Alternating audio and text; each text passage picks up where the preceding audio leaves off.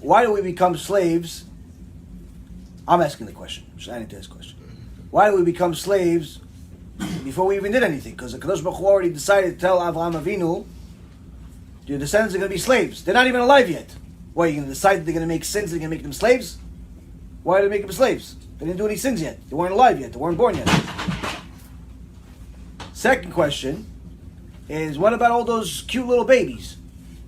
Those cute little babies, what sin did they make? Why did HaKadosh Baruch Hu allow these evil Egyptians to take these babies, these Jewish babies, Israelite babies, and every time their parents, their father did not meet their quota in making stones to put into the pyramids, into the Egyptian structures, then the punishment would be that they would take his kid and put it in there instead of the stone.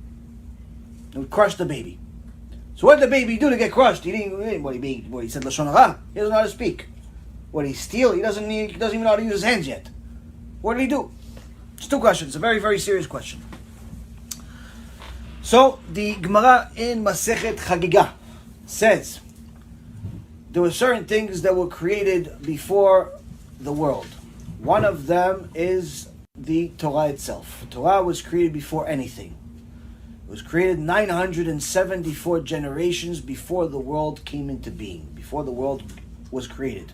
The Torah was created, HaKadosh Baruch Hu took black fire and used it to write on white fire and wrote the original Torah scroll. Now, Chachamim ask, what does it mean 974 generations? Is it mamash 974 generations, like an actual time, like HaShem just created the Torah and just waited there, did nothing for several thousand years, and then decided to create the world? Why didn't he just write the Torah and a second later create the world? Like what's the whole 974 generations part? Why does Hashem have to wait? So in reality, he didn't wait a second. There's no 974 generations actually passing. What happened? Gemara says, HaKadosh Baruch Hu knew that the Creator knows His creation, and He knew that the world will not be able to sustain itself without the Torah coming within a certain amount of time. Because the evil of people simply would be too much without the Torah.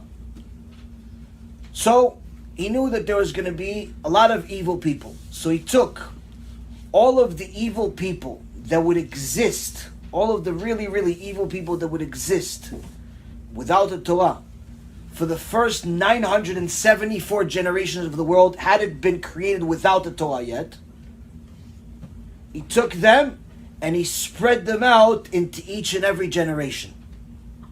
Because had He put them all in one, He would have simply destroyed the whole world. Not even with like Noah. He would have simply destroyed everything, so there's no point.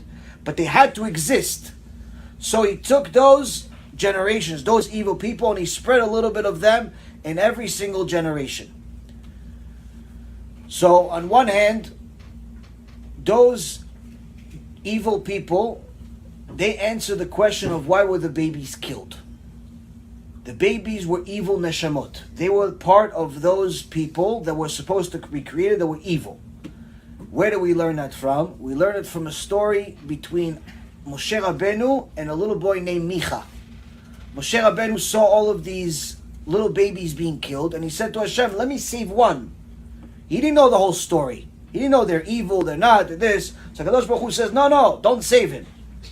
It's an evil neshama. Because but he's a baby. What evil? What did he do? Let me just save one. They're killing millions. Let me save one. Hashem says you have free choice. You can save whatever you want. So Moshe Rabbeinu saved the baby. And he named the baby Micha. Micha, after, as if lim'oach. That comes from the root of the word lim'oach, which means to crush. Had he not saved them, this baby would have been crushed by the stones. He literally took them out of the stones. And he saved this kid, and the kid followed Moshe Rabbeinu around. Now, I told you the story some time ago that one day, after the whole Makot happened, the 10 plagues happened, Hashem said to Am Yisrael, it's time to leave. Am Yisrael started leaving, but Moshe Rabbeinu had to deliver on the promise of taking the grave, the tomb of Yosef HaTzadik out of Egypt, but he didn't know where he was. So he went to a woman that was alive at the time named Serach bat Asher. Serach, the daughter of Asher, the original Asher, the son of Yaakov. And since she was the only one that was alive at the time, because she got a blessing from Yaakov Avinu to live forever, she knew where the tomb of Yosef HaTzadik was, her uncle, and she told him that tomb is actually hidden inside the Nile River. So Moshe Rabbeinu went to the Nile River, and he had to take the tomb out, but he didn't have forklifts. So what did he have? He had HaShem. So what did he do? He knew the real name of HaShem. It's called Shem HaMefurash. And he inscribed the name of HaShem on a piece of metal called the mateh. And on the other side, he inscribed the words, Aleh Shor Aleh, rise, bull, rise. And the reason why is because each one of the tribes, Yehuda, Yosef, and so on and so forth, each one of the tribes has a sign, has a symbol. Yehuda is a lion, Yosef is a bull. So he wrote on the mateh, on this piece of metal, one side was the name of HaShem, the real name of HaShem that you could do all types of mystical things with. And the other side, he wrote, rise, bull, rise, meaning, Yosef, get yourself out of the water. And before he threw it, he said, Yosef, I'm here to deliver on the promise that my grandfather made, the Levi tribe made, which is to take your tomb with us when we leave. Hundreds of years have passed, it's time to leave, we're leaving. But if you don't get yourself out of this water, you're staying here. He threw the mateh inside the water, and the tomb of Yosef miraculously came out of the water, and Moshe Rabbeinu took the tomb and carried it himself. For that's the reason, by the way, the Gemara says, since he delivered on the promise and carried the tomb of Yosef himself while the rest of the nation were collecting gold from the Egyptians, Hashem says, I'm going to return the favor measure for measure by burying Moshe Rabbeinu myself. He worried about delivering on the promise by taking the tomb of Yosef. I'm going to do him a favor back. So now, this all is happening, this whole story is happening, and the boy Micha is watching from behind the scenes. He's hiding in the bushes, and he's watching all this happen. Moshe doesn't know that he's there. He's focused on the action. He took it, he left, and the boy Micha jumps into the water and takes the mateh out. He takes the piece of metal out that Moshe Rabbeinu didn't think, he threw it in the water, it's gone. The boy took it out and hid it.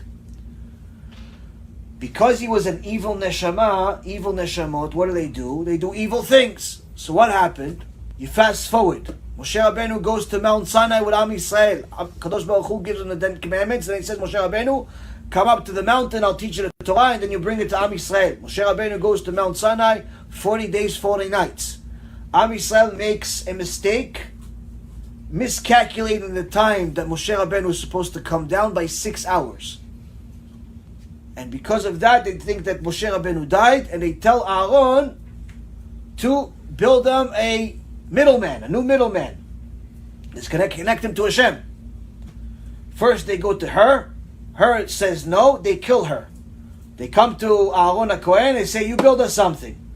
Aaron knows that if he doesn't do it, they're going to kill him, and then they're not going to have a Kohen to purify the whole nation. So he says, okay, fine, I'll build you something. He's thinking to himself, let me just buy some time. So what's the thing that's hard for people to give usually? People like to give everything except one thing. What do they don't like to give? Money. So he said, give me all your money. What money? Give me all your gold. Everybody give me all your gold, I'll make you a statue. He thought it's going to take a while for them to give the statue, but they had a big Yetzirah. All of a sudden he sees people ripping out their earrings, ripping out everything, throwing the gold at him. Already amassed a huge amount of gold in seconds. Only the women didn't give their gold. Only the men gave. But then he figured, okay, whatever. I thought it's going to take me a few days to get this gold from people, and then by then already Moshe Rabbeinu will come back. But even though it doesn't matter, I'll take all this gold and throw it in the fire. It takes hours and hours and hours for the gold to melt. It has to reach a few thousand degrees. Either way, by then Moshe Rabbeinu is going to be back. So he threw all the gold into the fire, thinking that, okay, it doesn't make a difference. It's going to take a while. I buy myself more time. Everybody threw their gold into the fire, But then we have Micha. Micha, the evil neshama, he doesn't have gold. What does he have? The mateh. He throws the mateh inside the fire. What does the mateh say? Rise, bull, rise. What does Aaron say to Moshe Rabbeinu when Moshe Rabbeinu comes down? He says to him, why do you hate these people so much that you build them a statue? Aaron says, I didn't build them a statue. The statue came out. What does it mean a statue came out? Because of this special mateh that had the holy name of HaKadosh Baruch Hu on one side and the verse saying Aleh Shor Aleh on the other side, guess what? The gold was there, the mateh was there, and magically, miraculously, a bull came out, created literally by the gold. The gold turned into the bull, and the bull came out talking, saying, I am God that took you out of Egypt. The actual bull actually talked. So that's why everybody worshipped it. So that explains when HaKadosh Baruch Hu says there's an evil neshama, it's supposed to be killed as a baby, you saved it, mistake. You're going to see the mistake later on. How much later on? At the time of Mount Sinai. So that explains the issues with the evil neshama with the babies. In regards to a shorter answer, why HaKadosh Baruch Hu enslaved Am Yisrael in Egypt before we even sinned, is because Am Yisrael is a very, very unique neshama. The highest level neshama in creation is the neshama of the Jew. But because Am Yisrael was so much more powerful, smarter than everyone else, they also were much more arrogant. And they were unbearable for the rest of creation. Anyone that wants to see a little insight of how much superior we were in comparison to the rest of the nation, just go to Midrash Me'am Loez in the third book.